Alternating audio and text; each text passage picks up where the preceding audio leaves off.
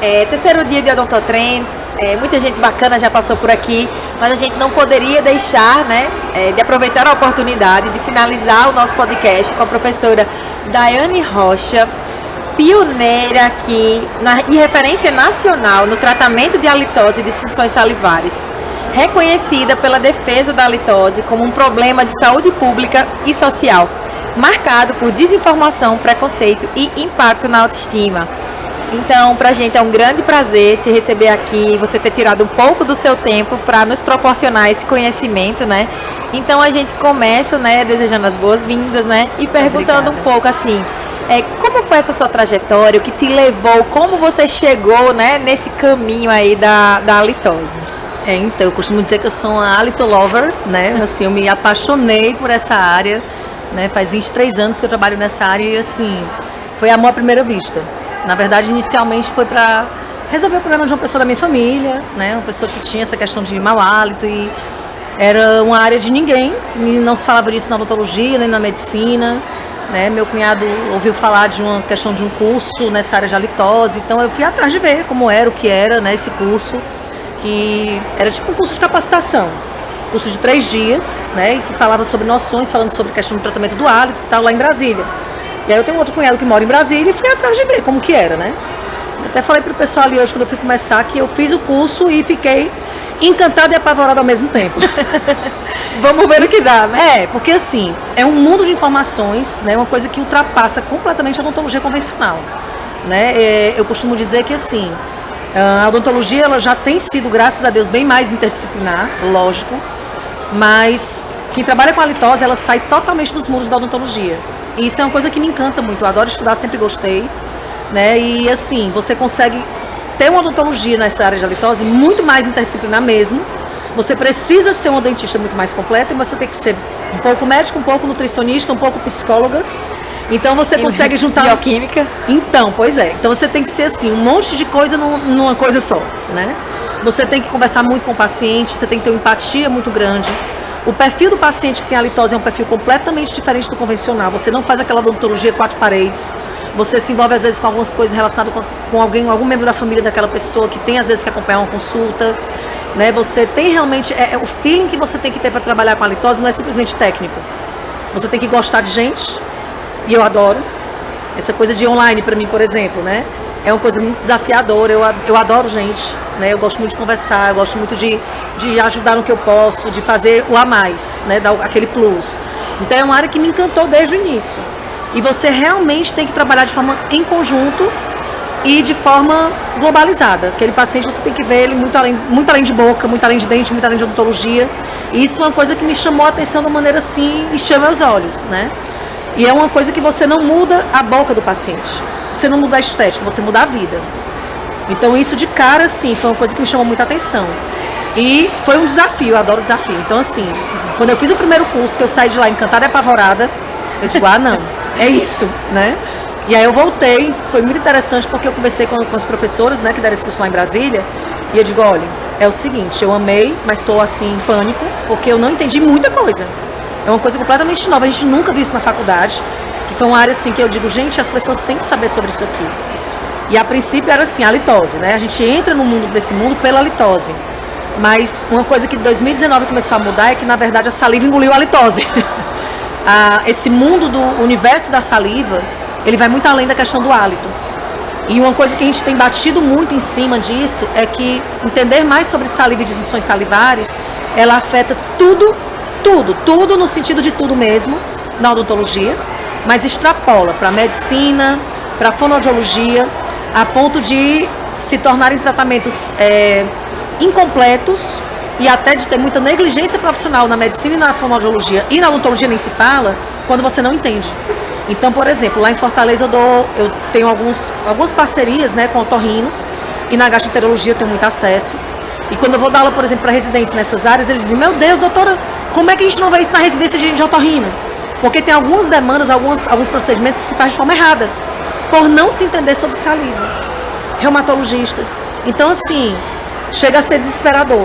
Quando você se depara com essa realidade pela primeira vez e que você vê coisas que não são feitas, o prejuízo de qualidade de vida que os pacientes têm por não ter esse conhecimento na classe médica odontológica, Pra gente que entende é desesperador.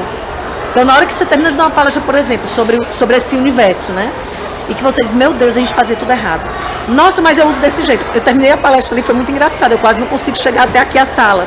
Porque era o pessoal, doutora, mas eu fazia desse jeito. Mas eu usava exatamente isso. Nossa, mas isso aí é o produto que eu uso. Meu Deus, eu recomendo isso para todos os pacientes, vou ter que falar com todo mundo. Dá um desespero. Porque a gente sai da faculdade com essa lacuna. Então, assim, você vem para um congresso de especialidade, ou um congresso mesmo generalizado, generalista, e você vê muita coisa que é assim, eu estou vendo uma técnica nova de resina, vou ver alguma coisa nova dessa área e tal. Mas são áreas que a gente vê na faculdade alguma coisa.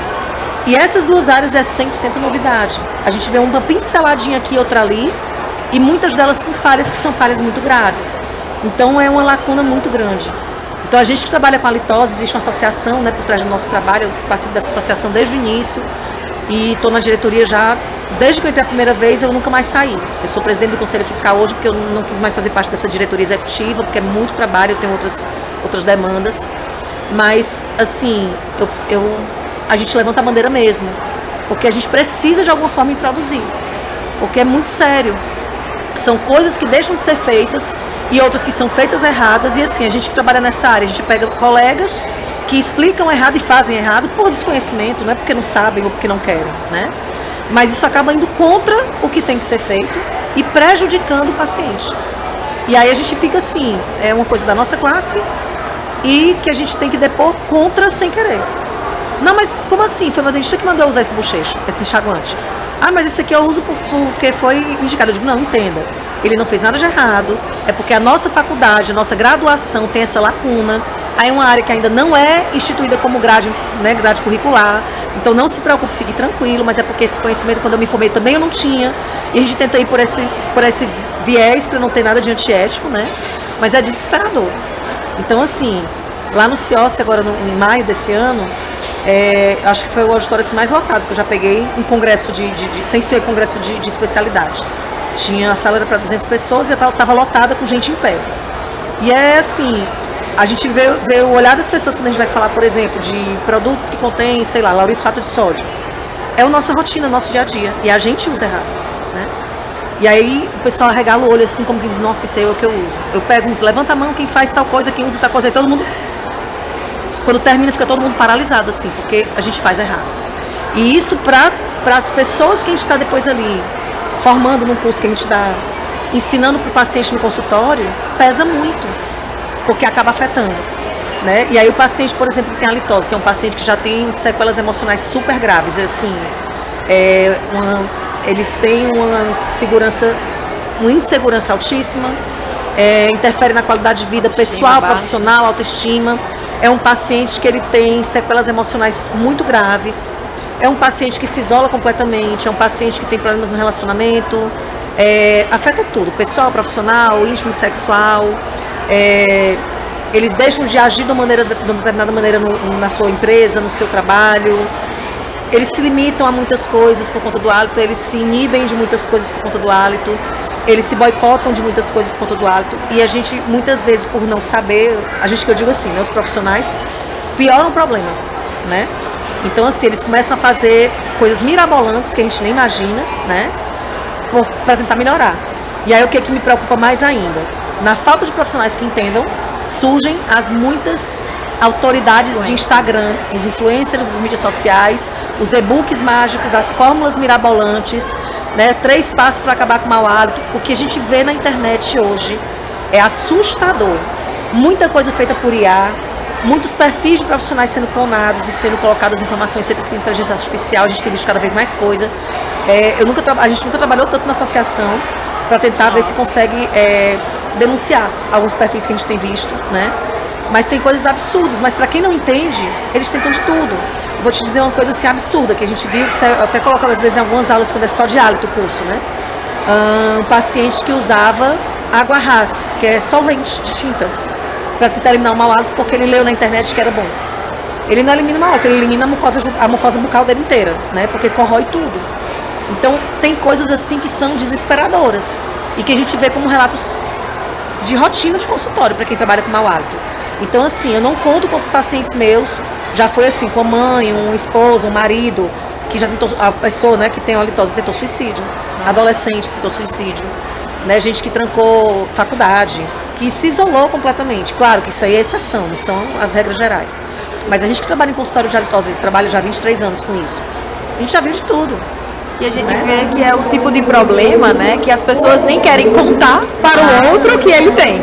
As pessoas vêm, comentam, mas não costumam notificar, Zero né? divulgação. Fica jogando pro outro e, né, ninguém é verdadeiro, né? Até que chega alguém que fala ou é uma pessoa muito próxima, né? Mas essa tua fala, ela me deixa muito feliz e eu vou falar igual você, ela me enche os olhos porque eu sou especialista em OPNE e eu acho que também é uma fatia de pacientes que é marginalizado, né? Pode ter certeza. É aquela fatia de paciente que não quer ser atendido por ninguém, que ninguém valoriza, mas que tem extremas necessidades. E são pacientes que também a gente tem que ser de tudo um pouco, né? Porque são muitas associações, interações medicamentosas, pacientes que estão em diversas terapias. Então a gente olha para o paciente como um paciente, né? Não como um dente, como uma boca, né? Com história, né? A gente em muitos momentos até se emociona porque os pais fazem relatos do tipo, né? Porque principalmente são um público infantil, de que ninguém queria atender o meu filho, ou Demais. a gente chegou até agora e quando chega na hora e não quer atender, ou não acha que não dá certo e caminha para alguém, fica assim, né? Jogando o paciente. E outra coisa que celebra um ponto alto do nosso podcast é a questão do conhecimento, né? Que é a base de tudo, né? E muitas pessoas que vieram aqui reforçaram a importância, né, do estudo, de você se aprofundar no área. Quanto mais a gente estuda, mais a gente vê que a gente não sabe de nada. Fascinante, é muito E isso bom. mostra que a gente está no caminho certo, porque o conhecimento ele não se esgota. É verdade. Né? A gente pensa assim, é a litose, aí, meu Deus, aí vai ali ver uma palestra e diz, meu Deus, é um mundo de informações que a gente não sabe nada e que está engatinhando. É verdade. Né? A gente todos os dias pensa, né? Então, assim, quem trabalha já um pouco com a PNE já associa algumas síndromes, né? Já vê algumas outras nuances, mas ainda assim é uma fatia muito pequena, Pode né? ter certeza. Do que está sendo estudado, né? Obviamente.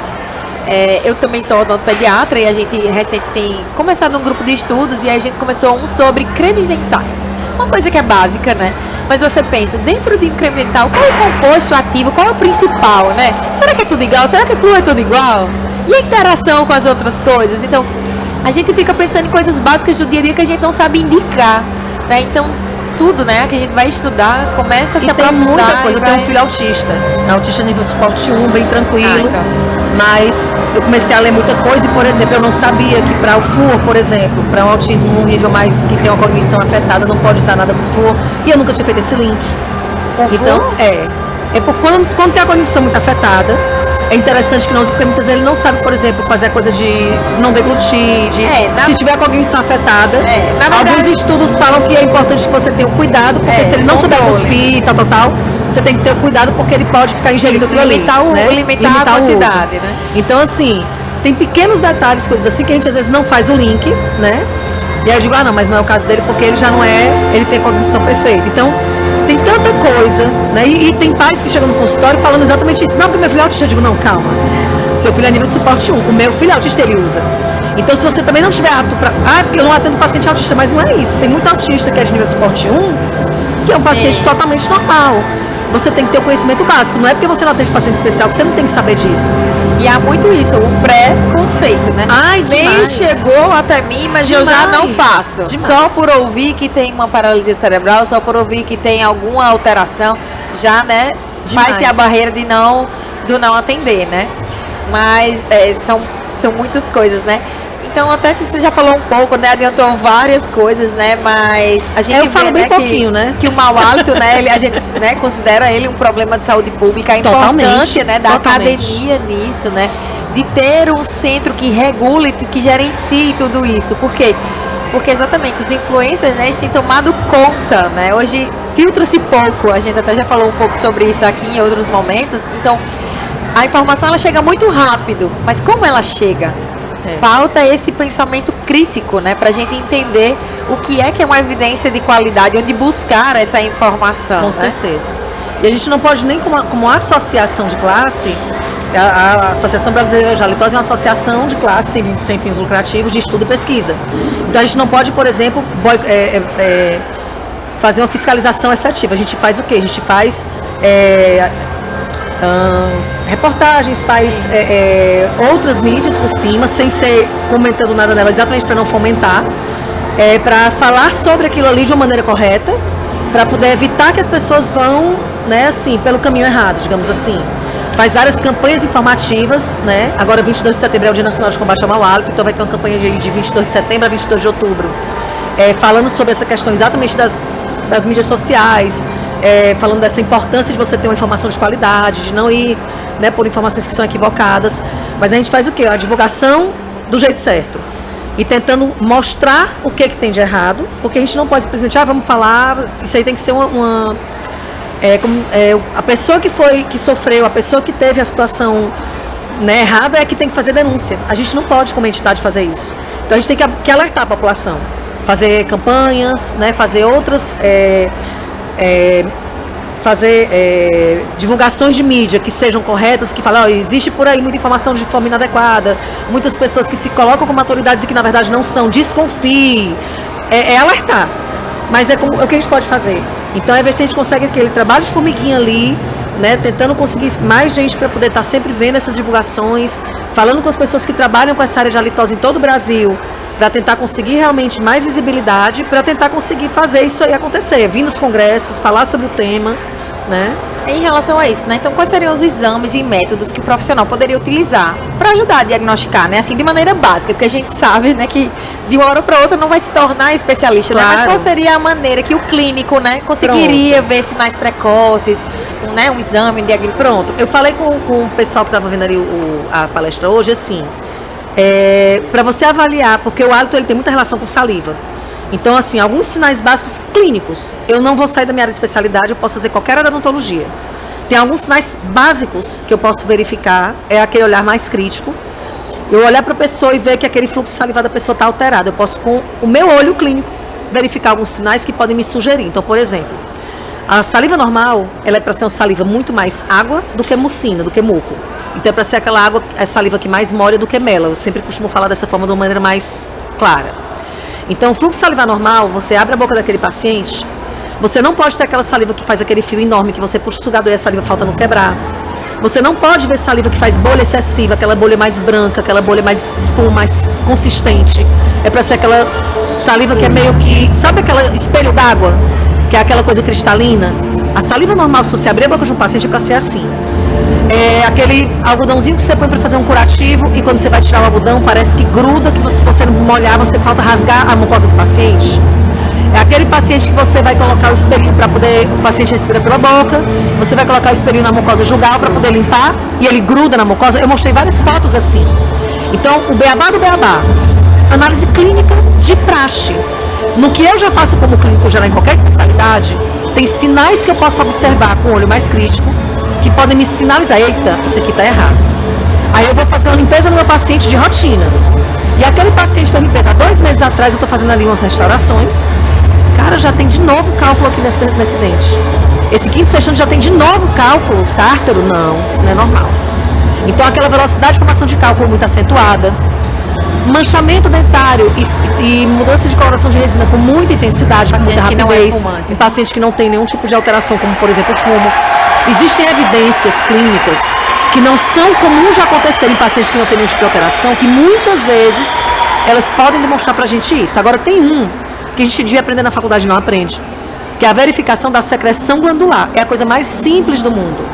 Primeiro que a gente não aprende onde é que fica a saída de glândula parótida e submandibular e sublingual. Então aqui no vestíbulozinho, aqui na mucosa jugal, lá em cima, pertinho da vestibular do segundo molar, fica a saidinha da glândula parótida. Você levanta aqui no exame clínico de rotina, fica aquele um abalamentozinho aqui na mucosa. Levanta aqui a bochecha, pega um jatinho de ar, seringa tríplice, só faz um jatinho de ar. E o normal é na hora que você faz o jateamentozinho de ar, cair o fiozinho de água lisinho, fluidozinho, porque a parótida é para ser liberação de saliva fluida.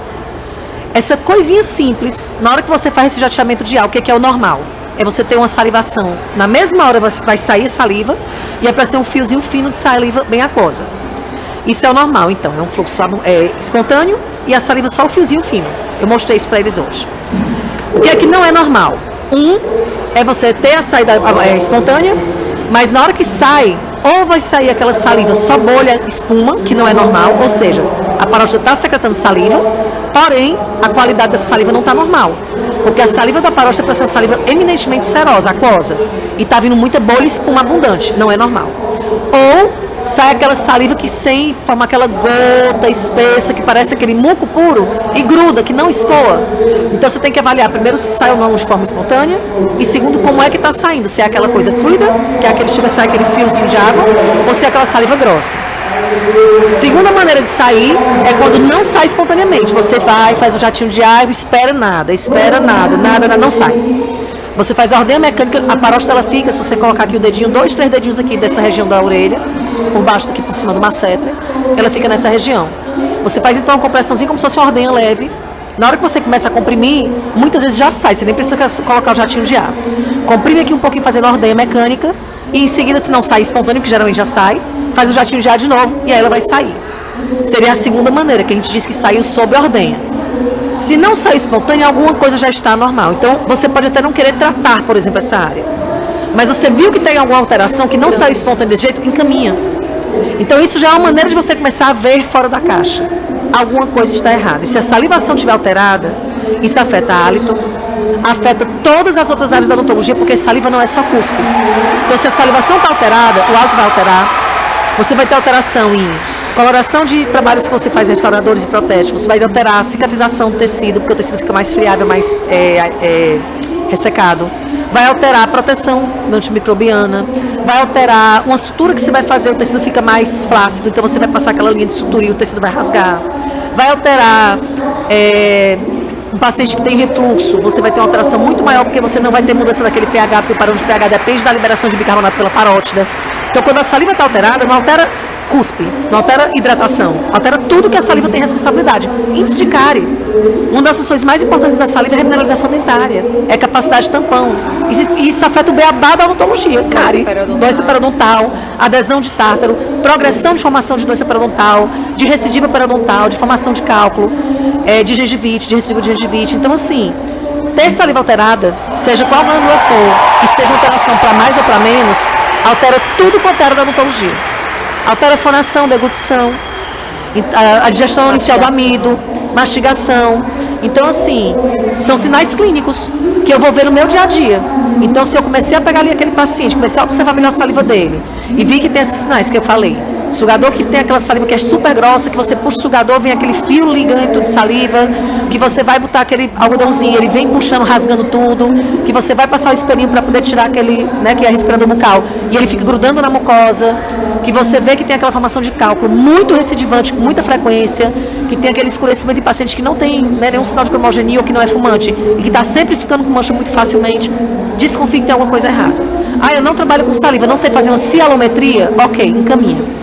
Porque, assim, alguma coisa de errado está acontecendo. Isso já é o sinal beabá do beabá que todo mundo deveria saber fazer, pelo menos isso.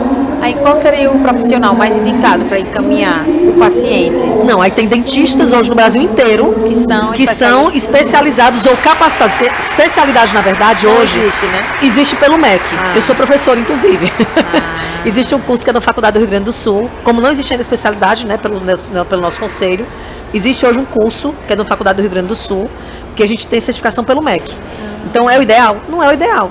É válida, legalmente falando. Eu fiquei pensando, né, se ir para um estomatologista, né? Não, mas é porque tem que ser alguém que trabalhe na área de hálito, porque quem estuda a parte salivar, principalmente hoje, é quem trabalha com halitose, porque ela veio por conta da halitose. Então, a gente que trabalha com hálito estuda saliva. Então, a gente faz cialometria de rotina, a gente trabalha com pegametria, com cialometria, com disfunção de paladar, né? Então, assim, são as pessoas que trabalham hoje nessa área que atuam com saliva de forma direta, que faz cialometria de rotina no nosso consultório, né? Eu trabalho com isso há 23 anos, eu sou pioneira aqui no Ceará. Aqui mesmo em Juazeiro tem um profissional que trabalha com isso, a doutora Tayla. Na aba, na Associação Brasileira de Halitose, no nosso site, ele tem indicador profissional. As pessoas que trabalham, que tem cursos na área, que a gente faz reciclagem sempre, que tem, né, todo um critério de verificação, de fiscalização, a gente tem indicador profissional, inclusive, para isso. São pessoas que são ligadas à associação, que fazem cursos de capacitação profissional, né, regulares para poder fazer essa capacitação e reciclagem. Tem um indicador profissional, inclusive, na associação, né, de pessoas que têm esse acompanhamento, digamos assim, do conselho fiscal, que a gente está sempre vendo. Quem não faz essa reciclagem, a gente tira da indicação profissional, exatamente para poder ter algum critério, né? É o que a gente pode fazer hoje para ajudar. Existe algum novo recurso ou tecnológico ou terapêutico que possa ajudar nesse manejo da halitose também? Ou... Não, existem alguns aparelhos que eles fazem a verificação do hálito no momento da consulta, né? Tem o alímetro, tem o orocroma, mas a gente costuma dizer assim, até para não dificultar em relação ao tratamento. São aparelhos muito caros, que a manutenção deles é mais cara ainda, tem pouca, é escassa aqui no Brasil para comprar. Então, assim, é necessário ter aparelho para poder medir hálito? Claro que não. O teste organoléptico é o teste que a gente faz de percepção nasal, que tem os treinamentos para fazer isso direitinho. Ele consegue medir melhor do que qualquer aparelho. Tem precisão? Claro que não. Mas com um bom treinamento você consegue fazer e verificar onde é que esse gás está vindo, qual é o tipo de odor. Então, assim, o aparelho é muito legal, mas é um aparelho, é um exame coadjuvante. O alímetro é muito interessante, mas mede só enxofre. O orocroma é mais interessante ainda, mas ele mede o mercaptan e mede enxofre. Mas eles medem um momento do hálito naquele momento da consulta, que o paciente vem com uma série de preparos feitos prévios àquele tratamento. E para você saber se o paciente tem mau hálito ou não, ele não tem que estar com mau hálito no momento da consulta. Se ele tiver causas que são etiologia para a halitose de forma direta, ele tem halitose. Ele não precisa estar com a halitose no momento da consulta. Então, os aparelhos eles não são necessários para fechamento diagnóstico. E pior ainda, eles não precisam do aparelho para tratar o paciente. Você não trata hálito. A gente, na verdade, fala o tratamento do hálito porque é a maneira mais fácil do paciente entender. Mas a gente não trata o hálito. A halitose é consequência. A causa. A halitose ela é consequência. Eu posso ter halitose decorrente de patologias, halitose decorrente de fatores fisiológicos e adaptativos orgânicos. Então, eu trato as causas de halitose. Tanto as causas etiológicas como as causas que são fatores associados, diretas e indiretas. Então, tudo que tem relação com causas de halitose que formam gases voláteis e mal cheirosos, eu tenho que ver essa causa e tratamento de causa mesmo, que trata, e controlar os que são controles. Tipo, doença periodontal é um fator causal, que eu não curo, eu controlo. Então, as causas de halitose, algumas delas têm tratamento mesmo, outras têm controle, tipo a doença periodontal. Então, eu trato todas essas causas e o hálito para de alterar. Então, a halitose é consequência. Então, eu tenho que descobrir as causas. Então, a anamnese ela é bem direcionada às fichas, a ficha clínica que a gente faz a detecção, é uma ficha clínica direcionada, super detalhada, onde a gente vai estudar tudo que tem relação direta e indireta com a halitose e ver cada uma dessas causas e tratar cada uma delas. Então, o tratamento não é do hálito, é das causas de halitose. Então, os aparelhos eles são coadjuvantes. A gente pede exame de sangue para ver todas as áreas sistêmicas. Tem doenças sistêmicas que interferem no hálito, diabetes, a medicação do diabetes, se o diabetes interfere no hálito. O hipotireoidiano, a medicação da hipotireoide afeta a saliva, que afeta hálito. Então, a gente tem que ter uma visão multidisciplinar enorme. Tem áreas da parte sistêmica que a gente vai tratar? Não, a gente vai identificar. Se ele tem, a gente vai mandar para aquele profissional daquela área. Refluxo, gastroesofágico, tanta coisa, mas muito pouco. O refluxo laringofaríngeo, o gastroesofágico não. Mas o laringofaríngeo ele vai piorar o quadro da saburra lingual, porque ele vai mudar a anatomia da língua, gerar hipertrofia da papila e você vai ter mais acúmulo de saburra lingual, de biofilme. Então é por tabela. Mas todo mundo acha o quê? Que o refluxo tem uma relevância enorme para o hálito e não tem. Na hora que a pessoa tem refluxo laringofaríngeo, durante a ocorrência do refluxo, eu vou ter um hálito de ácido clorídrico somente. Só, durante a crise. Então é uma coisa momentânea. E ter o refluxo com frequência faz com que eu tenha mudança na anatomia lingual e tenha um acúmulo maior de saburra lingual por conta da anatomia da língua que fica mais alta, as papilas gustativas. Eu vou ter hipertrofia papilar.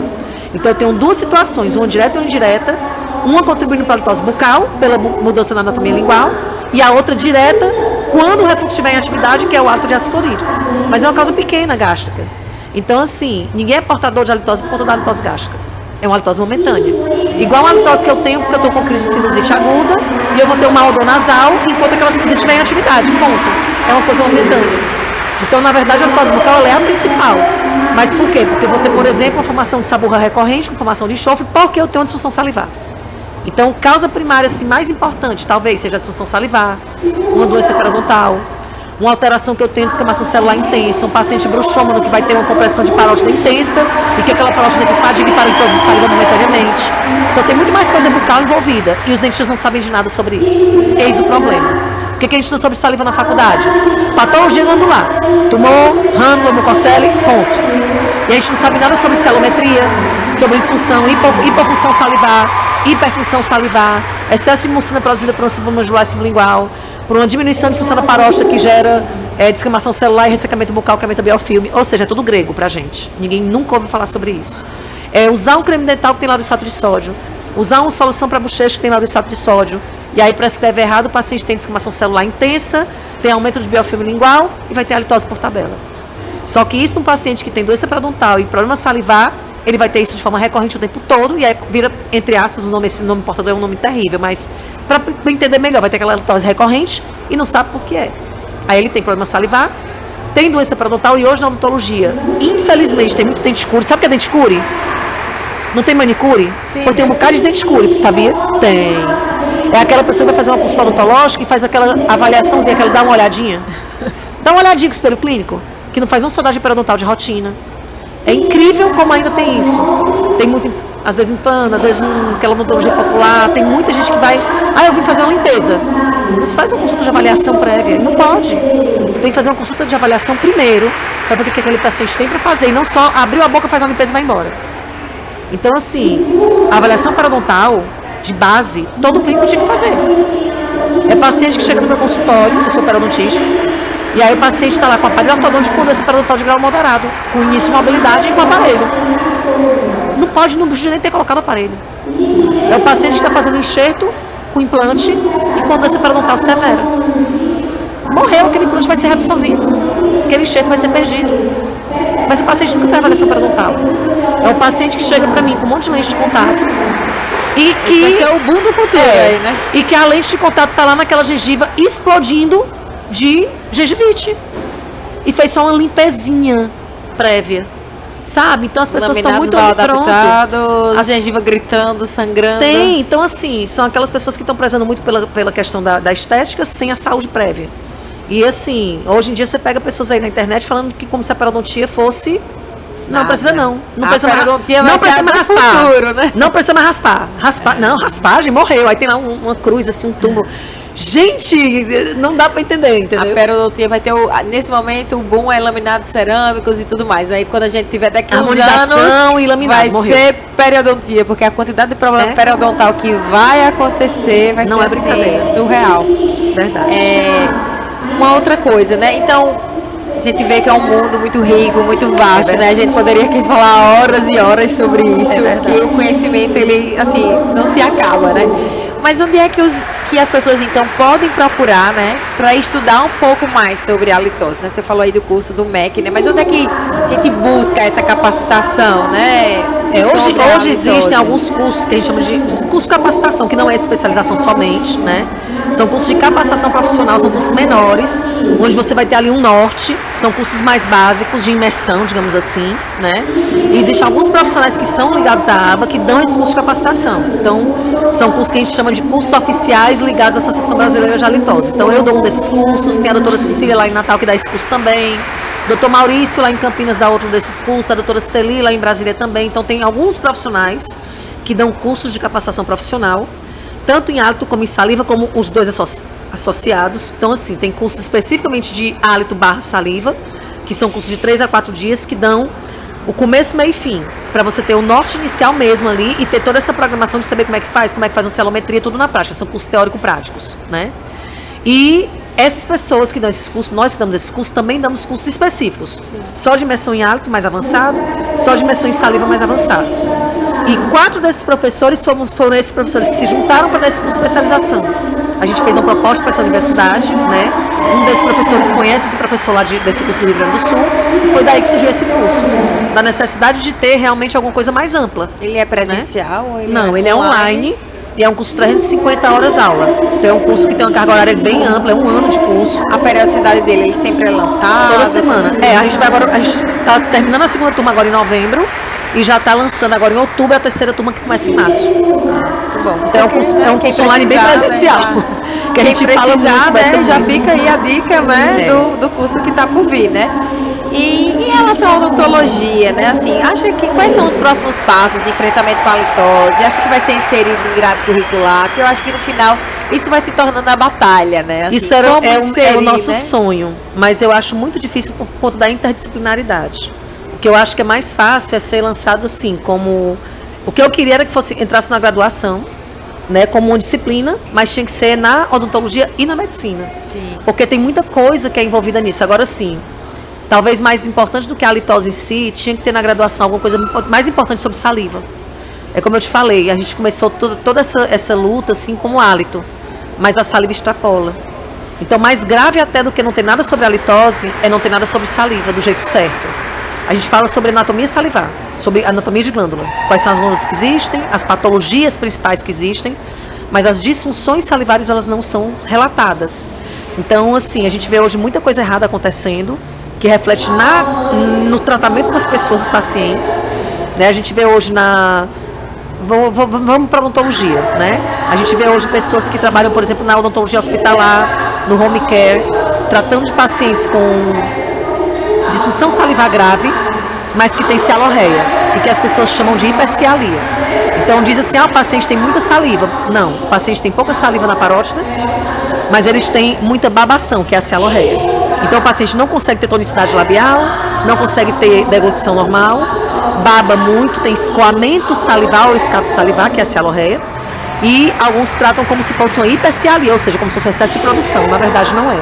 Ele não consegue fazer a deglutição normal, tem o escape, aí eles fazem a redução do fluxo, por exemplo, a atropina, acabam ainda mais com a salivação da parótida desse paciente. O paciente vai ter então ali formação de feridas grandes na boca, de ressecamento intenso, de queixa de deglutição mais comprometida ainda, de afta de repetição, de cárie de rampante, né, de ardência bucal, que é um sintoma que eles queixam demais, não vão conseguir mais fazer uma alimentação saudável, não vão ter saliva para deglutir, porque a saliva da parótida vai minar ainda mais quando eles usarem essa atropina.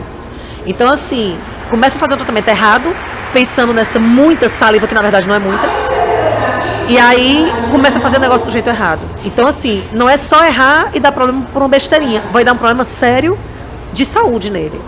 E aí, por conta de uma situação que, porque o cuidador disse que tinha muita saliva porque estava babando muito, não é assim que funciona. A atropina, no princípio, só para poder ele não ter, de repente, uma aspiração, ok, até precisa. Mas primeiro tem que ver o que está acontecendo, fazer uma celometria passiva se ele não conseguir cuspir realmente como celometria ativa, para ver o que ele tem realmente de problema glandular. E aí, se descobrir que ele tem, por exemplo, essa cialorreia, junto com a hipofunção de parótida, tem que fazer um estímulo de parótida nele, para reabilitar essa salivação, ou usar saliva artificial, fazer alguma coisa a mais para essa glândula ser reabilitada. Ao mesmo tempo, usar, por exemplo, um sugador, para fazer essa redução dessa saliva que não está conseguindo ser deglutida, mas tem que hidratar essa mucosa interna de alguma maneira. Então, assim, o tratamento tem que ser do jeito certo. Eu escuto muito em algumas faculdades, pessoas que eu conheço, que sabem que eu trabalho com isso, a gente pode usar laser para estimar saliva. Que legal, e aí? Mas você faz a celometria antes e tal, para ver qual é a glândula afetada? Não. Digo, você estimou como? A gente estimou todas. Eu digo, mas se o paciente tiver uma hipercialia, uma hiperfunção em submandibular sublingual, e tiver uma saliva comprometida só em parótida, não, mas a gente estimou todas. Eu digo, mas não pode, se a pessoa tiver uma hipercialia em submandibular sublingual, e vocês piorarem, vocês vão aumentar muito o mucino e vai piorar o hábito imune da pessoa. Porque aumenta a viscosidade. Então, assim, percebe a situação? Então, não entender disso e fazer de uma maneira que seja inadequada, piora e piora muito. Então, não é só não resolver o problema, é poder piorar a situação do paciente, por desconhecimento. Então, assim, o que eu tenho notado é assim, na busca de tentar fazer de qualquer jeito, eu faço, a gente precisa fazer celometria, é legal. É de repouso. De guia estimulada. Não, a gente faz só de repouso. Tá, mas a de repouso só avalia submandibular sublingual. E se a pessoa tiver saliva normal de repouso e tiver uma disfunção violenta de parótida, porque no meu consultório eu faço avaliação das duas, e 80% dos pacientes tem comprometimento maior em parótida, porque a glândula que é afetada por um bichinho chamado estresse, que quase ninguém tem, né? Então, assim, submandibular sublingual muitas vezes está normal, e a parótida tem hipofunção. Se eu não reverter essa hipofunção, a saliva que mela, que é a rica em mucina, que está ok, mas a que molha, que é a que hidrata, não está ok, e eu tenho que estimular. E só ela, a outra está ok. E a pessoa não sabe isso porque ela não fez uma celometria de estímulo mecânico. Então percebe essa situação? Então são coisas que afetam e afetam muito. São pacientes que têm qualidade de vida comprometida porque não conseguem fazer deglutição. É você chegar com um paciente que diz assim, doutora, eu não consigo comer farofa, meu sonho é comer farofa de novo. Gruda no céu da boca. Não consegue comer determinados alimentos porque não conseguem, porque não tem a condição de fazer a deglutição. Passa mal quando comer alguns alimentos. Quando a gente vai ver, tem muito alimento que é com amido. Porque a deglutição principal do amido, a deglutição inicial é feita onde? A digestão inicial do amido? É na boca. Mas se não tem saliva, a parte aquosa da saliva, não consegue comer mais nada ácido porque tudo dói. Porque não faz função tampão, não tem parótida. Quem libera bicarbonato é parótida. Se ele não tem parótida funcionando, ele não tem mais liberação de bicarbonato. Então ele não faz função tampão. Então tudo nele arde, vive tendo afta de repetição, tem refluxo, aí vai falar pro gastro, não, você não tem refluxo não. De onde é que vem o problema dele? Da salivação. é uma função de acialia na parótida, zero função de parótida. Cadê a função tampão dele? Não tem. Não mudaram de carbonato, a parótida dele tem acialia, tem zero saliva, mas ninguém sabe disso, porque ninguém avalia. Percebe? Então, assim, isso é muito importante. É um paciente que tem boca seca, que tem ardência. Aí ele olha para a língua, porque a ponta da língua dele arde com fogo. A ardência bucal é um dos sintomas mais horríveis que tem. E aí a pessoa olha para a língua desesperada procurando uma vermelhidão, e não tem. Porque aí a síndrome da ardência bucal não tem nada visível. Então a língua da pessoa queima feito fogo, ela fica olhando no espelho e procurando o vermelho e não acha.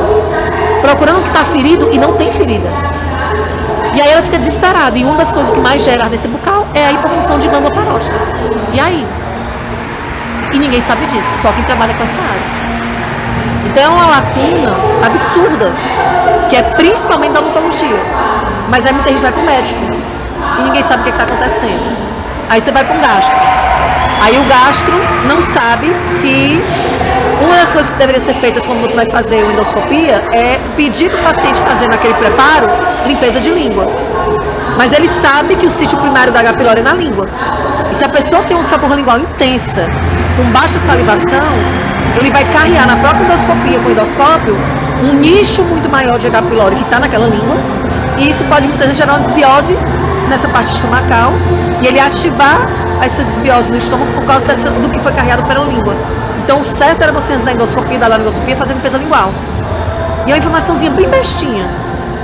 Mas se eles sabem que tem como sítio primário a língua, por que eles não atentam que tem que fazer limpeza de língua prévia? É porque nunca ninguém falou sobre isso, assim. Ninguém fez essa conexão, sabe? Então se eles entendessem um pouquinho melhor sobre a litose, isso talvez fosse falado. Se eles entendessem um pouquinho melhor sobre saliva, isso seria falado. Aí é uma palestra que eu vou dar para o otorrino, aí eu falo para o otorrino, ó otorrino, por que é tão falado que a gente tem que fazer, que eles falam tanto de fazer, por exemplo, oxigenação na região de casa amigdaliano. Ah, é porque a bactéria é anaeróbia. Então eu vou fazer gargarejo com água oxigenada. Faz sentido? Faz. Porque a bactéria é anaeróbia. Só que eles não entendem de saliva e de hálito. O que acontece?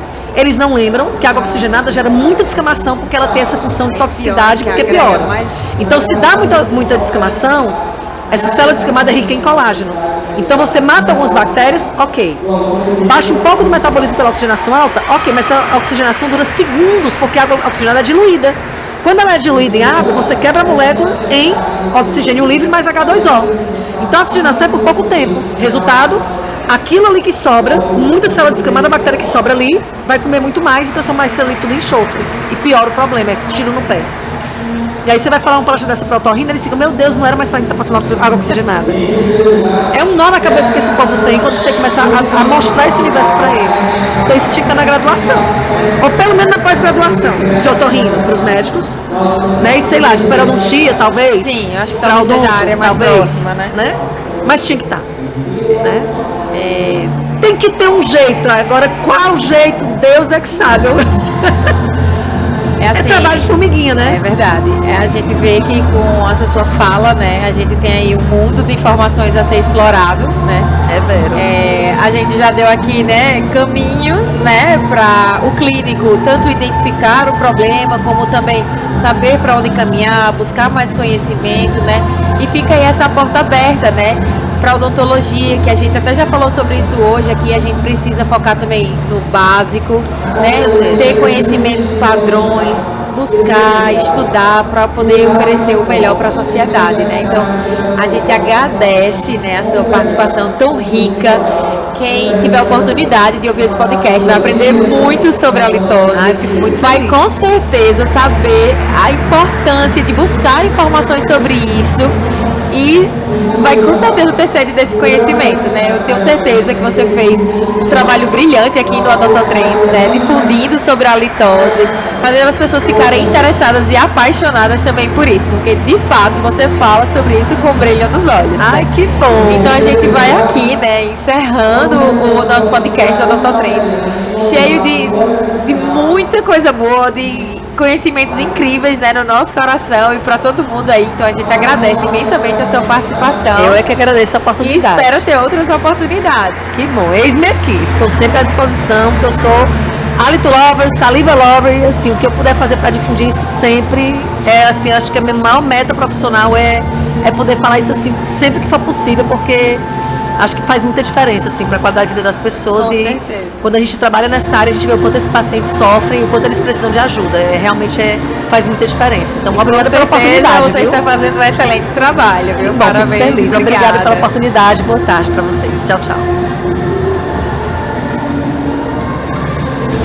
Vou tirar uma foto aqui, tá? Pra gente fazer a capinha do nosso